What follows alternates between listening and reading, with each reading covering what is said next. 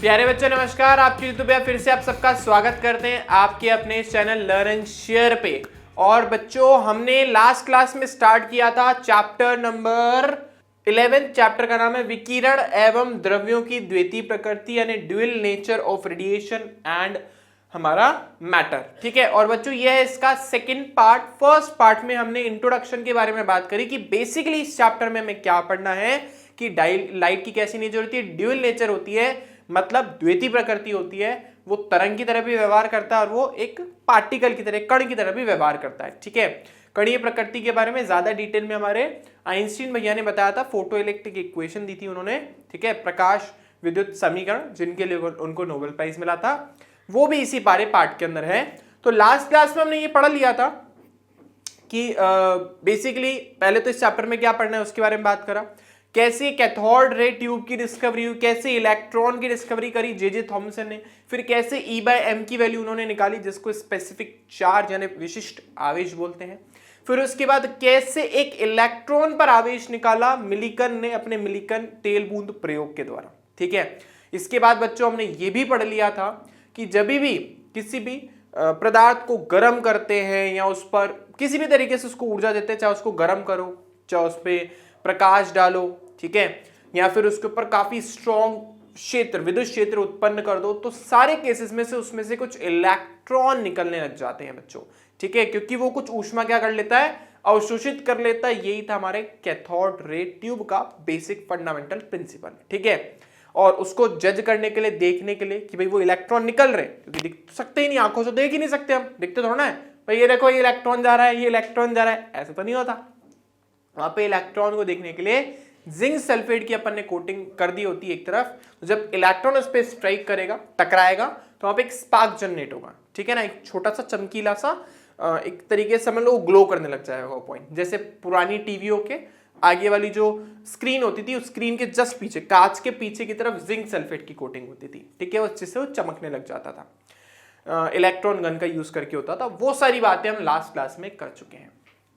तो बच्चों अब हम चैप्टर के एक नए पार्ट को स्टार्ट करेंगे। इस चैप्टर का मेजर पोर्शन कवर करता है प्रकाश विद्युत प्रभाव, फोटो इलेक्ट्रिक इफेक्ट। इसके बारे में बेसिकली आज अपन स्टडी करने वाले हैं। तो देख लेते हैं कि क्या है आज का हमारा प्लान। तो आज का हमारा प्लान है, आज का गोल है हमारे पास, सबसे पहले प्रकाश विद्युत प्रभाव की पार्टेंगे हम पढ़ेंगे हर्ट्ज का ऑब्जर्वेशन। बच्चों देखो, हर्ट्ज ने एक छोटा सा एक्सपेरिमेंट करा था। अब वो एक्सपेरिमेंट आप मेरे लिए डेमोन्स्ट्रेट करना यहाँ पर पॉसिबल नहीं, क्योंकि उसके लिए काफी हाई मतलब ये समझ लो काफी पावरफुल बैटरीज की जरूरत है, काफी पावरफुल कॉइल वगैरह की जरूरत है स्पार्क जनरेट करने के लिए। तो मेरे लिए यहाँ पे पॉसिबल नहीं उसको कंडक्ट करना। ठीक है, पर मैं आपको कोशिश करूंगा पूरी तरीके से समझाने के लिए कि उसने क्या किया था। एक्चुअली ये प्रयोग जो है वो हमारे फर्स्ट बुक का लास्ट चैप्टर है, जहां पे अपन EMW वेव्स पढ़ते हैं, इलेक्ट्रोमैग्नेटिक वेव्स, विद्युत चुंबकीय तरंगे। ठीक है, वहां पर एक्चुअली वहां से एक्सपेरिमेंट अपन यहां पे लेकर आए। ठीक है, इसके बारे में डिस्कशन करेंगे। फिर अपन इसके बारे में बात करेंगे हॉलबर्ग्स और लिलार्ड्स के प्रयोग या प्रेक्षण। लिलार्ड्स और हॉलबर्ग्स ने मिलकर के एक्चुअली नींव रखी थी प्रकाश विद्युत प्रभाव की। यहीं से स्टार्ट हो जाता हमारा प्रकाश विद्युत प्रभाव। ठीक है, और इसके बाद प्रकाश विद्युत प्रभाव का प्रायोगिक सत्यापन देखेंगे, या उसका प्रयोग करने के बाद देखेंगे कि क्या क्या ऑब्जर्वेशन मिलती है, तो उसका अध्ययन अपने को करना है। बच्चों ये अपने आप में एक बहुत मेजर टॉपिक है इस चैप्टर का, तो ये आप समझ लीजिए कि इस क्लास में इसको कवर नहीं करेंगे। मैं सिर्फ आपको एक बेसिक इंट्रोडक्शन दूंगा इसके बारे में और कुछ भी नहीं। ठीक है, इसकी स्ट्रक्चर आप लोगों को समझा दूंगा और बेसिक से कुछ बातें बता दूंगा। बाकी मेजर प्रकाश विद्युत प्रभाव हमारा जो थर्ड लेसन है उसके अंदर स्टार्ट होगा। चलिए स्टार्ट करते हैं बच्चों हर्ट्ज के ऑब्जर्वेशन के साथ। तो भाई देखो हर्ट्ज कौन थे, हर्ट्ज की मैं पिक्चर आप लोगों को दिखा देता हूँ। ये हमारे हर्ट्ज भैया। ठीक है, बहुत अजीब सी पिक्चर आपको दिख रही होगी, मस्त एकदम तेल वेल से अपने बालों को चिपका लिया। ठीक है, उस टाइम लोगों के पास वो तो होता नहीं था, वैक्स और क्या क्या लगाते हो तुम लोग। ठीक है ना, बालों में वो पाउडर शाउडर पता नहीं क्या क्या दुनिया भर की चीजें अब तुम लोग लगा लेते हो। तो वो ये लगा के और मस्त, उस टाइम तो था नहीं, वो तेल और पानी से चिपका लेते थे अच्छे से बाल, तो बाल मस्त चिपकाए इन्होंने। ठीक है, और काफी सीरियस टाइप में लग रहे हैं। तो यही हमारे हर्ट्ज भाई साहब है। और हर्ट्ज भाई साहब ने क्या करा था, इन हर्ट्ज भाई साहब ने एक्चुअली डिस्कवरी करी थी EM वेव्स की, EMW की, यानी EM वेव्स बोलते हैं इसको, हिंदी में इसको बोलते हैं विद्युत चुंबकीय तरंगे।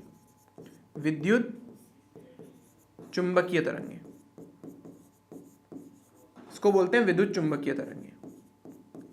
और ये जो ईएम वेव्स है इसको इंग्लिश में ही बोलते हैं इलेक्ट्रोमैग्नेटिक वेव, इलेक्ट्रोमैग्नेटिक। थोड़ा मैं इसको यहां पे लिख देता हूं, इसको बोलते हैं इलेक्ट्रोमैग्नेटिक वेव्स, ठीक है ना, ये बोलते हैं। इसकी डिस्कवरी एक्चुअली उन्होंने बोली, मतलब इन्होंने बताया था कि किस तरीके से प्रकाश विद्युत, मतलब किस तरीके से विद्युत चुंबकीय तरंगे उत्पन्न होती है और कैसे वो गति करती है आगे की तरफ, ठीक है। इसके बारे में इन्होंने एक्चुअली एक्सपेरिमेंट किया था। उस एक्सपेरिमेंट को पहले थोड़ा समझने की कोशिश करते हैं एक्चुअली, फिर मैं आपको बता देता हूं। ये पार्ट है फर्स्ट बुक का सबसे लास्ट चैप्टर का, EMW वेव्स, चैप्टर का नाम ही है विद्युत चुंबकीय तरंगे। उसमें एक्चुअली हमारा एक्सपेरिमेंट, पर मैंने क्योंकि वो चैप्टर अभी तक आपको नहीं पढ़ाया है इसलिए पहले मैं आपको एक्सपेरिमेंट समझा देता हूं। तो मैं आपको एक्सपेरिमेंटल सेटअप बता देता हूं, उन्होंने क्या किया था। ये है उनका एक्सपेरिमेंटल सेटअप। इन्होंने क्या करा, बहुत सिंपल सी चीज बोली इन्होंने। देखो, अगर मैं सिंपल वर्ड्स में आपको समझाने की कोशिश करूं तो हमारे पास इस तरीके की दो मोटी मोटी सी रिंग्स हैं, ठीक है ना। कड़ा सबने पहना ही होगा। तो जब अपन कड़ा पहनते तो कड़ा पहनने के बाद तो छोटे छोटे से आपको मोती लास्ट के अंदर दिखते, थोड़े मोटे मोटे से, बस वैसा ही कुछ यहाँ पर है बच्चों। यहाँ पर ये दोनों जो है एक काफी पावरफुल स्पार्क जनरेटर से कनेक्टेड है। ये कनेक्टेड किससे होते हैं, ये कनेक्टेड होते हैं स्पार्क जनरेटर। अभी स्पार्क जनरेटर क्या होता है अगर मैं आपको बताऊं, आप सबने शायद लाइटर यूज किया होगा। तो लाइटर में जब आप उसको पीछे से पुश करते हो तो एक स्पार्क जनरेट होता है, छोटा सा ना स्पार्क जनरेट हो जाता है। तो वो जो स्पार्क जनरेट हुआ है थोड़ा सा, वैसा ही यहाँ पे अपन एक बहुत पावरफुल स्पार्क जनरेटर लगा रखा है। अब उस पावरफुल स्पार्क जनरेटर में क्या क्या चीज होती है वो मैं आपको थोड़ा समझाने की कोशिश करता हूं।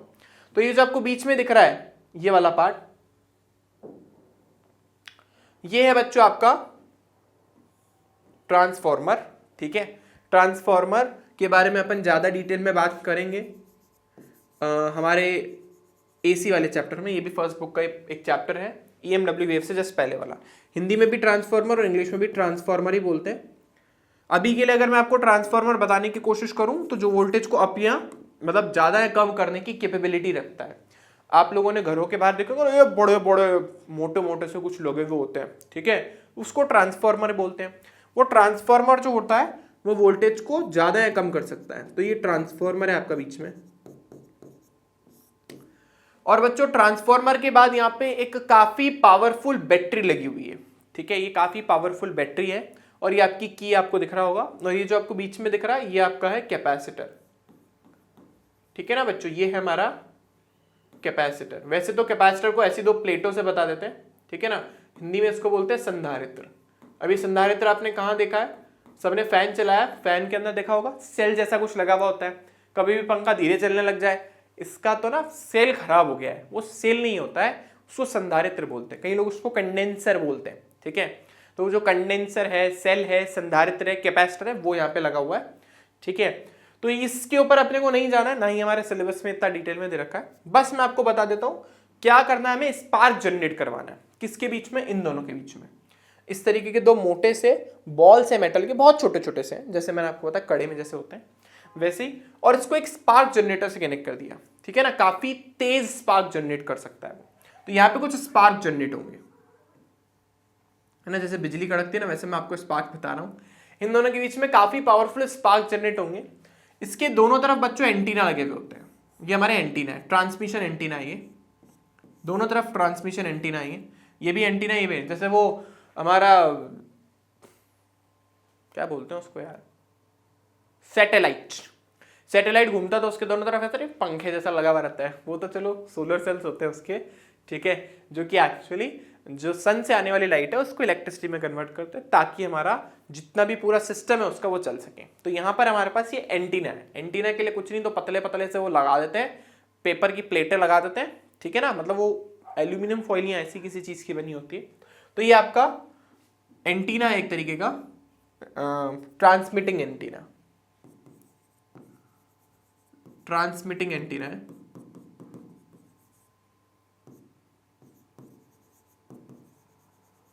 ठीक है, तो बच्चों कहानी क्या है, कहानी मैं आपको बता देता हूं। ये आपका स्पार्क जनरेटर हो गया, यहाँ पे दो छोटी छोटी सी बॉल्स हो गई, और यहाँ पे हमारे पास ट्रांसमिटिंग एंटीना हो गया, और यहाँ पर हमारे पास एक और दूसरी रिंग है। अब आप चाहो तो रिंग की जगह आप यहाँ पे एक बल्ब लगा सकते हो। तो ये आपका एक बल्ब है, ठीक है ना, एक बल्ब जो एक लूप से कनेक्टेड है और कुछ भी नहीं, सिर्फ एक लूप के अंदर बल्ब को शॉर्ट सर्किट कर रखा है, दैट्स इट। ठीक है, शॉर्ट सर्किट भी नहीं करना चाहते तो भी कोई परेशानी नहीं, छोड़ दो, शॉर्ट सर्किट मत करो, दो ओपन एंड छोड़ दो ऐसे। अब आप देखोगे कि जैसे मैंने स्पार्क जनरेटर इसके ऊपर स्पार्क जनरेट करा तो काफी पावरफुल स्पार्क आपको यहाँ पे जनरेट होता हुआ दिखेगा, और वो पावरफुल स्पार्क ऐसे दिखेगा भी बकायदा, ठीक है ना, जैसे जैसे अपनी नहीं कभी वायर वगैरह टूट जाती है, जैसे अपन ने देखा होगा कि भाई कभी पोल्स वगैरह से वायर टूट जाती है तो क्या होता है, स्पार्क जनरेट होने लग जाता है, बहुत तेज से उसमें से लाइट सी निकलती है, या बिजली गिरती है तो बिजली में भी एक स्पार्क जनरेट होता है, धरती पे गिरता है वो स्पार्क, तो वैसे यहाँ पे काफी पावरफुल स्पार्क जनरेट होगा। अब आप देखोगे कि जैसे इसमें स्पार्क जनरेट होता है वैसे आपका बल्ब जलने लग जाता है, कोई कनेक्शन नहीं है, ये अलग है ये अलग है, मतलब ये सिस्टम ही अलग रखा हुआ है, ये बल्ब अलग रखा हुआ है, कुछ भी नहीं, बल्ब के दोनों एंड खुले हुए और अपने आप बल्ब जलने लग गया। ठीक है, ये निकोला टेस्ला के कुछ, उन्होंने जो टेस्ला कॉइल बनाया था उस जैसे ही कुछ है। तो यहां पर अपन ने काफी पावरफुल स्पार्क जनरेट करे, और उस स्पार्क के जनरेट करने से यहां पे कुछ फील्ड क्रिएट हुई, यहां पर क्रिएट हुई इलेक्ट्रिक फील्ड, ठीक है ना, विद्युत क्षेत्र उत्पन्न हुआ, और उस विद्युत क्षेत्र की वजह से ये आपका बल्ब जलने लग गया। ठीक है, इसी तरीके से अगर आप यहाँ पे मैं कोई कॉइल लगा देता, मतलब ऐसे ही कुछ, कॉइल मतलब होता ही है कुंडली, अगर मैं कुंडली भी लगा देता तो उस कुंडली में विद्युत चुंबकीय क्षेत्र उत्पन्न हो जाता। तो इसी के इस एक्सपेरिमेंट के बेसिस पे जहां पर हमारे पास सिर्फ और सिर्फ एक स्पार्क जनरेटर है, उससे अपन एक स्पार्क जनरेट करवाया, ठीक है, और स्पार्क से अपन एक बल्ब भी जला दिया, मतलब चुंबकीय क्षेत्र भी उत्पन्न कर दिया, विद्युत क्षेत्र भी उत्पन्न कर दिया, बिना किसी भी गैल के बीच में कुछ भी नहीं, कोई माध्यम भी नहीं हो तो भी हो जाएगा, अगर एयर हो तो भी हो जाएगा, कोई माध्यम हो तो भी हो जाएगा। ठीक है, सो बेसिकली उन्होंने बोला कि यहां से कुछ इलेक्ट्रोमैग्नेटिक वेव्स प्रोड्यूस हो रही हैं, विद्युत चुंबकीय तरंगें उत्पन्न हो रही है, मैंने आपको लास्ट क्लास में बताया भी था क्या होती हैं, कुछ इस तरीके से चलती हैं, दो अलग अलग प्लेन्स में, याद होगा है सबको, ठीक है ना, कुछ इस तरीके से चलती हैं। तो उन्होंने बोला यहां से कुछ विद्युत चुंबकीय तरंगें उत्पन्न हो रही है, और वो विद्युत चुंबकीय तरंगें बिना किसी की हेल्प के दूसरे पॉइंट तक पहुंच जाती है, और वो विद्युत चुंबकीय तरंगे जो है उसने यहां पर विद्युत क्षेत्र उत्पन्न कर दिया, जिसकी वजह से बल्ब जलने लग गया, या इस कुंडली के अंदर चुंबकीय क्षेत्र उत्पन्न होने लग गया। ठीक है, सो बेसिकली उनकी सारी बातें थी विद्युत चुंबकीय तरंगों के उत्पन्न होने पे, कि कैसे विद्युत चुंबकीय तरंगे उत्पन्न होती है और कैसे वो आगे की तरफ चलती हैं, ये उन्होंने बताया। लेकिन ये सब चीजें हम यहां क्यों पढ़ रहे हैं, क्योंकि यहां पे जब स्पार्क जनरेट हुआ तो स्पार्क के जनरेट होने के बाद जब विद्युत चुंबकीय तरंग यहां पे पहुंची तो भाई साहब हुआ ये कि एक टर्मिनल बन गया पॉजिटिव और एक टर्मिनल बन गया नेगेटिव।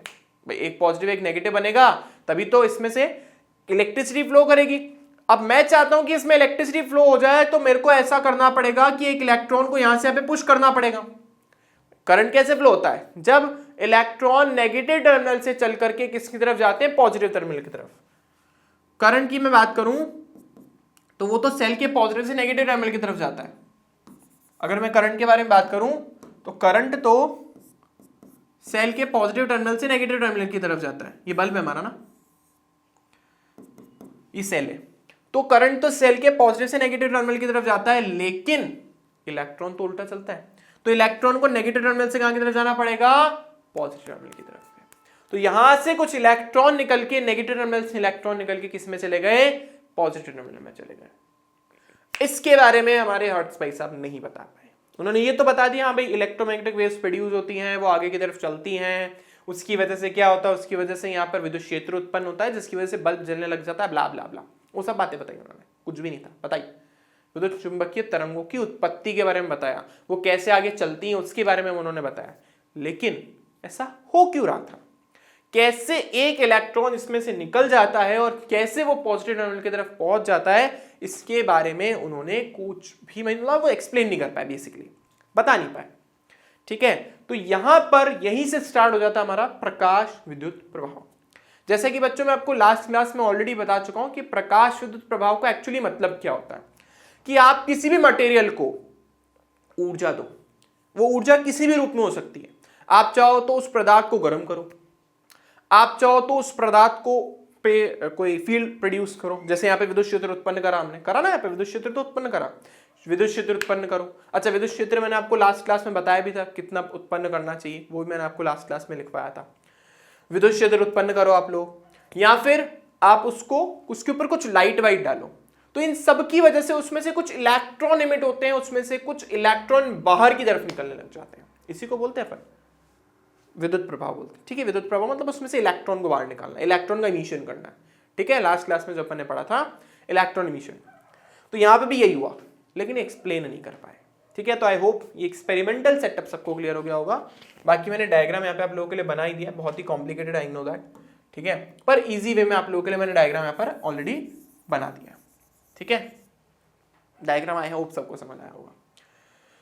सो दूसरे साइंटिस्ट आए, ये हमारे पास है लिनार्ड्स का मैंने डायग्राम डाला है, हॉलफॉक्स का नहीं डाला। तो हॉलफॉक्स और लिनार्ड्स ने एक दूसरी ऑब्जर्वेशन करी, उन्होंने कैथोड रे ट्यूब के बारे में एक्चुअली बात की। उन्होंने बोला ये ट्यूब है, चलो ठीक है, ट्यूब बनाई उन्होंने सबसे पहले, तो कुछ इस तरीके की ट्यूब थी उनकी।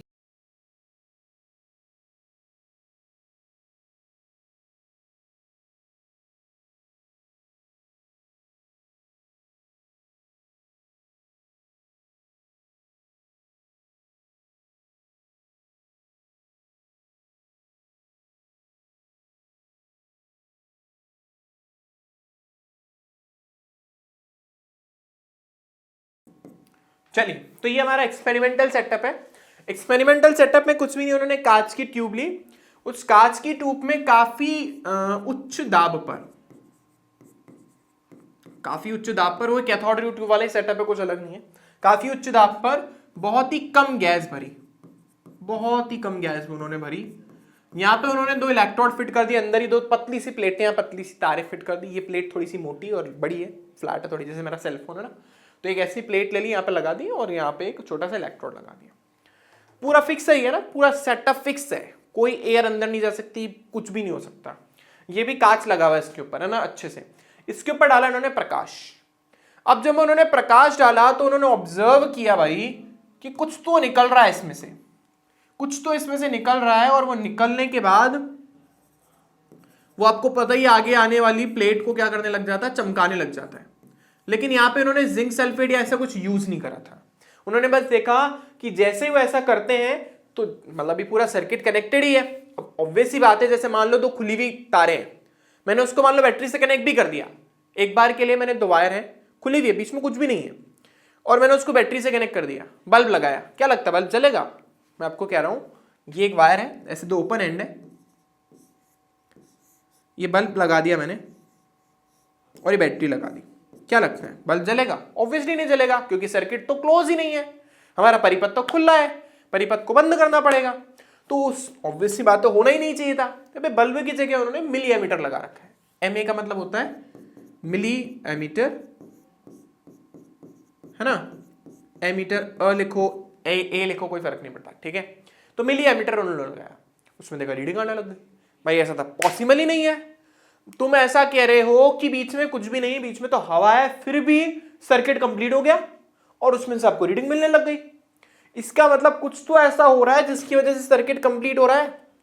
और हमने एक चीज और करी, हमने इसके ऊपर प्रकाश डाला है। ये प्रकाश संवेदी पदार्थ है, आपको लास्ट क्लास में बताया था ना, जैसे प्लेटिनम, सीजियम के लिए सबसे ईजी होता है उसमें से इलेक्ट्रॉन निकालना, प्लेटिनम में सबसे मुश्किल होता है। ठीक है, लिथियम ले सकते हो, आपका सोडियम ले सकते हो, ठीक है, पोटेशियम ले सकते हो, एल्यूमिनियम ले सकते हो, कोई भी ऐसा मटेरियल ले सकते हो। हम इसके ऊपर लाइट डाली, ऑब्जर्व किया, भाई इसमें तो करंट फ्लो होने लग गई, ये कैसे संभव है? उनको उस टाइम ना इस बात का समझ नहीं आया, मतलब लिनार्ड्स और हॉलबॉक्स ने एक्सपेरिमेंट तो कर दिया, ये एक्सपेरिमेंट कंडक्ट भी कर दिया, लेकिन उनको उसके पीछे रीजन समझ नहीं आया। रीजन उनको समझ आया 1897 में। आपको पता 1897 में हमारे जे थॉमसन भाई साहब ने, हमारे जे थॉमसन जो भाई साहब हैं, जे थॉमसन भाई साहब ने क्या करा था, एक एक्सपेरिमेंट करा था और ये प्रूफ करा था कि यहां से निकलने वाला ऋणावेशित कण और कोई नहीं जब बल्कि इलेक्ट्रॉन है। तो जब ये एक्सपेरिमेंट हो गया, जब जे थॉमसन ने बात प्रूफ करके बता दी, तो इन लोगों ने बोला यहां से निकलने वाला जो कण है वो और कोई नहीं, वो इलेक्ट्रॉन ही है। ठीक है ना, वो कण और कोई नहीं है, वो है इलेक्ट्रॉन, जिसकी वजह से सर्किट कंप्लीट हो जाता है और बाहर ही आपको कुछ ना कुछ धारा मिलने लग जाती है। आपने यहां पे लाइट डाली, लाइट की वजह से उसमें से इलेक्ट्रॉन निकले, इसलिए इसका नाम पड़ा प्रकाश विद्युत प्रभाव। इस एक्सपेरिमेंट जो इन्होंने करा, इसका नाम क्या पड़ा? प्रकाश विद्युत प्रभाव। बच्चों एक चीज और ऑब्जर्व करी उन्होंने। क्या ऑब्जर्व करी? प्रकाश विद्युत प्रभाव के बारे में थोड़ा डिटेल में बाद में बात करेंगे अपन। अभी के लिए एक और चीज उन लोगों ने क्या ऑब्जर्व करी वो मैं आपको बता देता हूं। उन्होंने देखा यार, इस प्लेट के ऊपर से जैसे आपने लाइट डाली ना, लाइट डालने के बाद उन्होंने क्या करा, इस प्लेट को टेस्ट करा। किसका यूज करके? याद करो चैप्टर नंबर 1 हमने पढ़ा था गोल्ड लीफ इलेक्ट्रोस्कोप, स्वर्ण पत्र विद्युतदर्शी। तो उन्होंने देखा, इसका एक और डायग्राम मैं आगे बना रहा हूं। उन्होंने देखा कि मान लो आपकी प्लेट है, अब मैं इसको थोड़ा ऐसे ऐसे देख रहा हूं, मतलब इसको ऐसे देख रहा हूं प्लेट को, है ना, ऐसे। तो उन्होंने देखा जैसे आपने लाइट डाली, उसमें से इलेक्ट्रॉन निकले। अभी तक पता नहीं किसी को क्या निकल रहा है, बस पता कुछ तो निकल रहा है, ऋणावेशित पदार्थ। अभी तक जे थॉमसन ने बताया नहीं ना, तो इसमें से कुछ निकल रहा है। ठीक है ना, बता दिया था, उसके बाद पता उनको इलेक्ट्रॉन है। मान लो ये जिंक या किसी भी चीज की वो है, प्लेट है। अब क्या है, आपको पता है जब इसमें से इलेक्ट्रॉन निकलेंगे तो कैसा हो जाएगा? धनावेशित हो जाएगा, मतलब इस पर धनावेश आ जाएंगे, क्योंकि इसमें इलेक्ट्रॉन की कमी हो गई। पहले 10 इलेक्ट्रॉन थे, मतलब 10 इलेक्ट्रॉन और 10 प्रोटॉन थे, 2 इलेक्ट्रॉन निकल गए, 8 ही इलेक्ट्रॉन बचे। प्रोटॉन तो अभी भी 10 ही है, मतलब वो कैसी हो गई? धनावेशित हो गई। अब उन्होंने इसको किससे कनेक्ट करा आपको पता है? स्वर्ण पत्र विद्युतदर्शी से। ये पता करने के लिए कि क्या हो रहा है, क्योंकि आवेश को तो हम देख ही नहीं सकते ना। तो जैसे ही उन्होंने इसको स्वर्ण पत्र विद्युतदर्शी से कनेक्ट करा, आपको पता है क्योंकि वस्तु आवेशित है, स्वर्ण पत्र विद्युतदर्शी की जो प्लेट है वो कहां की तरफ चली गई? दूर की तरफ। ये क्या लगाया उन्होंने? लगाया उन्होंने स्वर्ण पत्र विद्युतदर्शी, विद्युतदर्शी।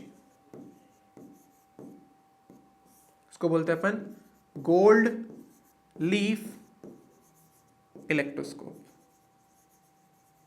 इलेक्ट्रोस्कोप इसको बोलते हैं गोल्ड लीफ इलेक्ट्रोस्कोप। ये जो स्वर्ण पत्र विद्युतदर्शी हमें मिला है, इससे हमें पता चल गया कि ये जो प्लेट है वो धनावेशित हो गई। दिखने में तो पता नहीं पड़ेगा, ऑब्वियस सी बात है, प्लेट के साथ क्या हुआ, उसमें से क्या निकला।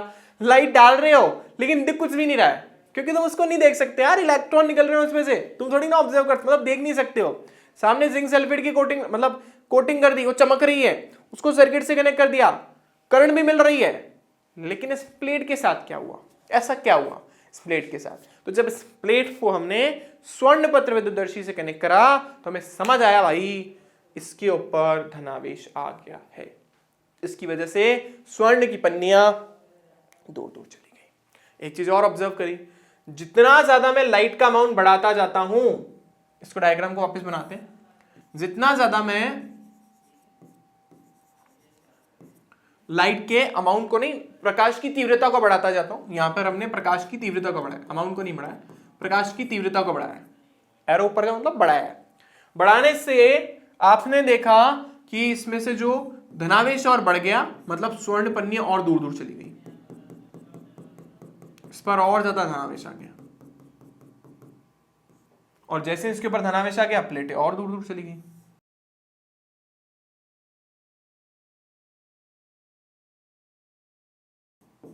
मतलब प्रकाश की तीव्रता बढ़ाने से प्लेटें और दूर दूर चली जाती हैं। ऐसा क्यों गया? ऐसा क्या हुआ, कैसे हुआ, क्यों हुआ, वो सब अपन पढ़ेंगे, लेकिन प्रकाश विद्युत प्रभाव के जब प्रायोगिक अध्ययन करेंगे तब की बात। अब इससे रिलेटेड कुछ बातें हैं, जैसे कि जो इसमें से इलेक्ट्रॉन निकले हैं, ठीक है, इनको अपन बोलते हैं फोटो इलेक्ट्रॉन्स। जो इसमें से इलेक्ट्रॉन निकलते हैं, ठीक है ना, इसको अपन पीछे लिख देते हैं। यहां से जो इलेक्ट्रॉन निकले इनका नाम क्या है? Photo electrons. जैसे इसका नाम यहाँ पे क्या पड़ेगा? इनका नाम पड़ेगा फोटो इलेक्ट्रॉन। फोटो इलेक्ट्रॉन इसलिए क्योंकि लाइट डाली ना, तो लाइट को अपन बोलते हैं फोटोन, मतलब जो छोटे छोटे कण होते हैं उसको फोटॉन्स बोलते हैं। वो बताएंगे हमारे अभी आइंस्टाइन भैया बाद में। तो लाइट जो है फोटोन से मिलकर बनी होती है, वो बाद में बता रहे हैं अपन, आइंस्टाइन भैया की बारी जब आएगी वो बताएंगे। इसलिए इसका नाम पड़ गया फोटो इलेक्ट्रॉन, ठीक है। और जो इससे करंट प्रोड्यूस हुई है, जो करंट इसमें फ्लो होगी, ऑब्वियसली बात है, जो करंट इसमें फ्लो होगी और क्या बोलते हैं करंट फ्लो हो रही है इन इलेक्ट्रॉन्स की वजह से, उसका नाम पड़ेगा फोटो करंट। ठीक है, उसका नाम क्या पड़ेगा बच्चों? फोटो करंट, फोटो विद्युत धारा। ठीक है, तो ये हमारे पास जो धारा है इसका नाम है फोटो, ठीक है ना, करंट, PHOTO। ठीक है ना, हिंदी में बोलते हैं प्रकाश विद्युत धारा, प्रकाश विद्युत धारा। ठीक है, इसको अभी डिटेल में लिख रहे हैं अपन, घबराओ मत। इसी तरीके से बच्चों इसका नाम है प्रकाश इलेक्ट्रॉन। ठीक है बच्चों, इसका नाम है प्रकाश इलेक्ट्रॉन। लेकिन जो प्रकाश तुम्हें डालना पड़ता है वो एक स्पेशल फ्रीक्वेंसी का होना चाहिए, मतलब एक विशिष्ट आवृत्ति का प्रकाश जब इस पे डालोगे तभी इसमें से इलेक्ट्रॉन निकलेंगे। उसको हम बोलते हैं देहली आवृत्ति। ठीक है, जो अपन एक स्पेशल प्रकार की आवृत्ति का प्रकाश इस पे डाल रहे हैं, विशिष्ट प्रकार की आवृत्ति का प्रकाश इसमें डाल रहे हैं, उसको अपन बोलते हैं देहली आवृत्ति। ठीक है ना, लिख देंगे, चलो इसको अपन डिटेल में अभी की पॉइंट्स लिखेंगे तब लिखेंगे। ठीक है बच्चों, चलो तो लिख देते हैं अपन। सबसे पहली प्रकाश विद्युत प्रभाव, इसको अपन बोलते हैं photo electric effect, photo electric effect, photo electric effect. ठीक है, क्या होता है कि जब भी हम एक विशिष्ट प्रकार की आवृत्ति को किसी भी प्रकाश सुग्राही पदार्थ पर डालते हैं तो उसमें से क्या निकलने लग जाते हैं? फोटो इलेक्ट्रॉन निकलने लग जाते हैं। इस प्रभाव को अपन बोलते हैं प्रकाश विद्युत प्रभाव। ठीक है, जब एक विशिष्ट आवृत्ति का प्रकाश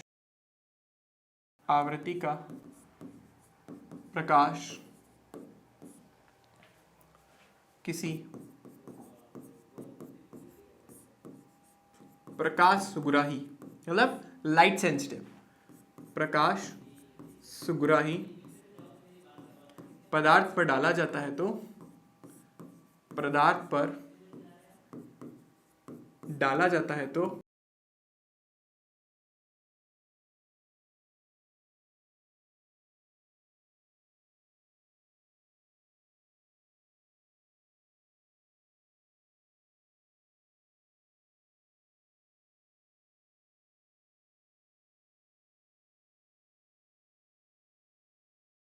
ठीक है, आई होप ये बात सबको क्लियर हो गई होगी। वही मैंने भी आपको जो पीछे कहानी बताई ना, वही है प्रकाश विद्युत प्रभाव। ठीक है ना, ये इसमें से अब फोटो इलेक्ट्रॉन क्या होते हैं? अच्छा, ये विशिष्ट आवृत्ति के बारे में जिसके बारे में अपन ने बात करी उसको देहली आवृत्ति बोलते हैं। नेक्स्ट अपन टर्म लिखेंगे देहली आवृत्ति। अच्छा, कार्यफलन के बारे में अपन बात कर चुके हैं, ठीक है ना, देहली आवृत्ति, इसको इंग्लिश में बोलते हैं बच्चों थ्रेशहोल्ड फ्रीक्वेंसी। ठीक है ना, वह आवृत्ति जिस पर किसी भी प्रकाश सुग्राही पदार्थ में से क्या निकलने लग जाए? इलेक्ट्रॉन बाहर निकलने जाए, उसको बोलते हैं अपन देहली आवृत्ति। वह, ये न्यूनतम होती, मिनिमम होती, वह न्यूनतम आवृत्ति, वह न्यूनतम आवृत्ति जिसका प्रकाश किसी प्रकाश सुग्राही पदार्थ पर डालने पर, प्रकाश सुग्राही पदार्थ पर डालने पर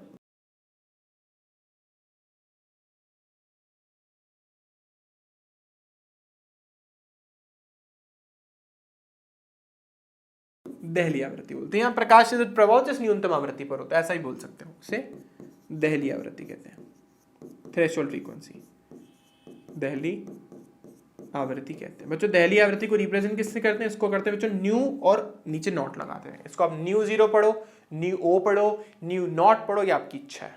ठीक है ना,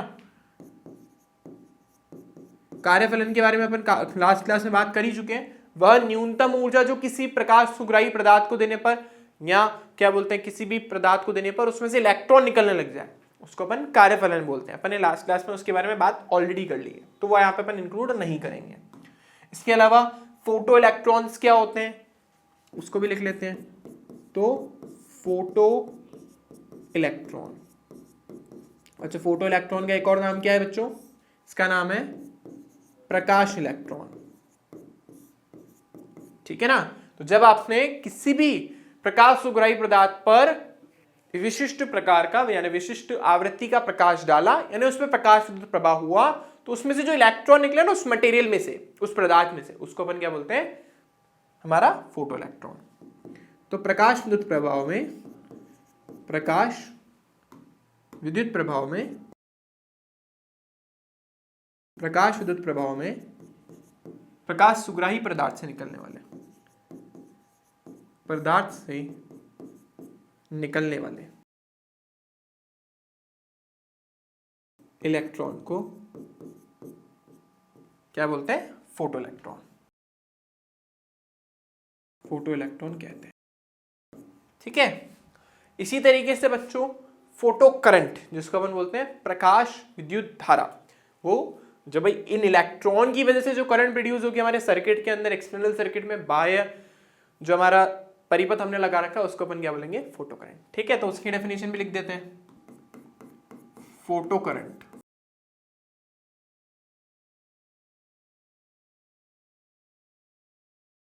ठीक है। फोटो करंट इंग्लिश में बोलते हैं इसको फोटो और ये करंट। ठीक है ना। तो फोटो इलेक्ट्रॉन की वजह से उत्पन्न होने वाली विद्युत धारा, तो फोटो इलेक्ट्रॉन के कारण उत्पन्न, ठीक है ना, क्या कहलाती है, फोटो करंट कहलाती है। अब बच्चों कुछ मटेरियल्स के अंदर मतलब विजिबल लाइट जो हमारे आसपास जो लाइट जो हम देख सकते हैं वही डालने में उसमें से इलेक्ट्रॉन निकलने लग जाते हैं, जबकि कुछ के लिए हमें यूवी रेज चाहिए होती है, पराबैंगनी किरणें चाहिए होती है। अलग अलग पदार्थ के लिए अलग अलग प्रकार का लाइट चाहिए होता है, जैसे कि लिथियम, सीजियम, सीजियम, आपका पोटेशियम, इस पे तो दृश्य प्रकाश से ही इलेक्ट्रॉन निकलने लग जाते हैं। तो इसके लिए किसकी जरूरत पड़ती है, दृश्य प्रकाश। दृश्य प्रकाश का फ्रीक्वेंसी वैसे काफी कम होता है, मतलब बहुत ही कम फ्रीक्वेंसी की, बहुत ही कम आवृत्ति की हमें प्रकाश डालने की जरूरत पड़ती है, मतलब इनकी दहली आवृत्ति काफी लो होती है। ठीक है ना, कम, इनकी क्या होती है, कम आवृत्ति। ठीक है, मतलब बहुत ही कम आवृत्ति के प्रकाश में से इलेक्ट्रॉन निकलने लग जाते हैं। जबकि दूसरी तरफ जो क्षारीय धातुएं होती हैं, जो आपकी क्षारीय धातु है, ठीक है बच्चों, क्षारीय धातुएं जैसे एल्यूमिनियम, क्षारीय धातुएं बच्चों जैसे जिंक, कैडमियम, कैडमियम, इनके लिए हमें किसकी जरूरत पड़ती है, इनके लिए हमें पड़ती है, जरूरत पड़ती है यूवी रेज की, मतलब पराबैंगनी किरणों की, जिसकी आवृत्ति काफी ज्यादा होती है। तो यहां पे मैंने आपको प्रकाश विद्युत प्रभाव क्या होता है, उसकी डिस्कवरी कैसे हुई, आई होप ये आपको बात समझ आ गई होगी कि जो हमने सबसे पहले एक्सपेरिमेंट करा था हमारे भाई साहब का, क्या नाम है इन भाई साहब का, इन भाई साहब का नाम है हर्ट्ज। तो हर्ट्ज ये जो बता नहीं पा रहे थे कि इलेक्ट्रॉन इसमें से निकल रहे हैं और वो पॉजिटिव टर्मिनल की तरफ जा रहे हैं, वो किसकी वजह से हुआ था, प्रकाश विद्युत प्रभाव की वजह से, कि यहां से जो इलेक्ट्रोमैग्नेटिक वेव्स निकली थी यानी विद्युत चुंबकीय तरंगें निकली थी, उसकी वजह से यहां के इलेक्ट्रॉन को सफिशिएंट एनर्जी मिल गई थी, कुछ एनर्जी मिल गई थी ताकि वो इस बैरियर को क्रॉस करके, इस नीचे वाली प्लेट को क्रॉस करके कहां पे पहुंच जाए, ऊपर वाली प्लेट तक, जिसकी वजह से सर्किट में करंट फ्लो होने लग गया, आपका बल्ब चलने लग गया। ठीक है, वो ये समझा लिए थे किसके बाद, प्रकाश विद्युत प्रभाव के बाद। ठीक है, तो आई होप सबको इतनी बात सबको समझ आ गई होगी।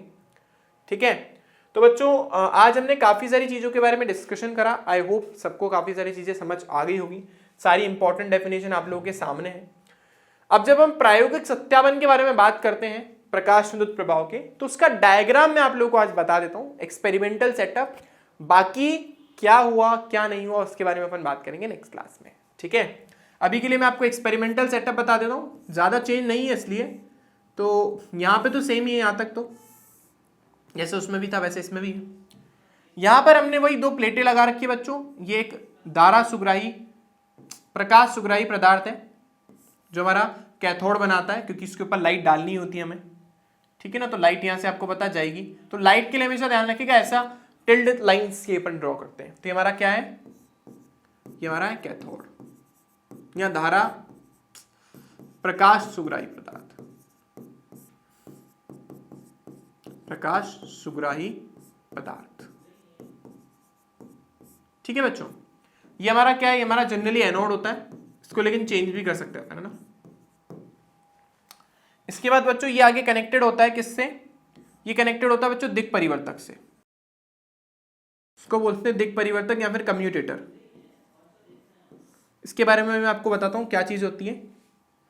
इसके बारे में आगे लगा होता है बच्चों एक वोल्ट मीटर, एक मिली एमीटर, जैसे वहां पे भी लगा हुआ था करंट को मेजर करने के लिए ऑब्वियसली।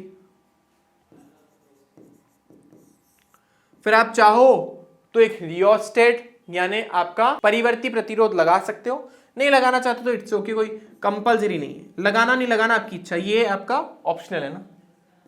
और आपका यहां पर आपकी बैटरी, ठीक है बच्चों। ये है इसका बेसिक से एक्सपेरिमेंटल सेटअप, जिसमें आपको इसका नाम मैं लिख देता हूं, इसको बोलते हैं दिक् परिवर्तक, दिक् परिवर्तक, इसको बोलते हैं अपन कम्यूटेटर, ठीक है बच्चों। इसका काम क्या होता है, आप लोगों ने शायद मोटर जनरेटर में भी नाम सुना होगा। दिक् परिवर्तक क्या करता है, दिक् परिवर्तक समझ लो, दो वायर है, यहां पे भी दो वायर है, यहां पे भी दो वायर है। मान लो ये बैटरी के पॉजिटिव टर्मिनल से कनेक्टेड है, नेगेटिव है। अगर बच्चों मैं इस वाली वायर को इससे कनेक्ट कर दूं और इस वाली वायर को इससे, ऑब्वियस सी बात है अब ये पॉजिटिव टर्मिनल बन जाएगा, नेगेटिव बन जाएगा, सिंपल सी बात है, लॉजिकल बात है। लेकिन अगर मैं इसको इससे कनेक्ट कर पाऊं और इसको इससे कनेक्ट कर पाऊं तो बच्चों ये बन जाएगा नेगेटिव और ये बन जाएगा पॉजिटिव। मतलब इसका यूज करके हम इन प्लेटों की पोलैरिटी चेंज कर सकते हैं, इन प्लेटों का पोजीशन चेंज कर सकते हैं। मतलब अभी ये नेगेटिव है, मान लो नेगेटिव टर्मिनल से कनेक्टेड है, अगर मैं चाहूं तो उसको पॉजिटिव टर्मिनल से भी कनेक्ट कर सकता हूं। जैसे स्विच वो होता है ना हमारा, एक प्लग मान लो सीधा लगाया उल्टा लगाया ऐसे कुछ, तो यहां पर अपन क्या चेंज कर सकते हैं, पोलैरिटी चेंज कर सकते हैं। मतलब मान लो अभी प्लेट अगर नेगेटिव टर्मिनल से कनेक्टेड है तो थोड़ी देर बाद उसको पॉजिटिव से कनेक्ट करवा सकते हो, मतलब पोजीशन इंटरचेंज कर सकते हो। अभी अगर ये धनात्मक है तो उसको बाद में ऋणात्मक बना सकते हो। क्यों बना रहे हैं, कैसे बना रहे हैं, उसके बारे में बात करेंगे लेकिन नेक्स्ट क्लास में। और आपको पता है यहां से क्या निकल रहा है, इलेक्ट्रॉन निकल रहे हैं और वो इलेक्ट्रॉन इसकी तरफ भाग रहे होंगे, ठीक है। तो बच्चों ये पूरा एक्सपेरिमेंटल सेटअप है इसका, जो मैंने आप लोगों के सामने बनाया है। इसके बारे में अध्ययन अपन करेंगे नेक्स्ट क्लास में। बच्चों इस क्लास के लिए इतना ही। अगर आपको वीडियो अच्छा लगा तो लाइक जरूर करना, और जैसा कि हमारे चैनल का ही नाम है लर्न एंड शेयर, पढ़ो और ज्यादा से ज्यादा शेयर करो। तो हमारे वीडियो को ज्यादा से ज्यादा बच्चों को शेयर करना है। चैनल सब्सक्राइब नहीं करा तो सब्सक्राइब कर लीजिएगा बच्चों। हमारा क्लास 12 का पेड बैच भी ऑलरेडी अनाउंस्ड है, तो आप वो कोर्स भी परचेस कर सकते हो बच्चों, जिसमें मैं आप लोगों को गारंटी दे रहा हूं, मैं लिख के दे रहा हूं 100 आउट ऑफ 100 आएंगे।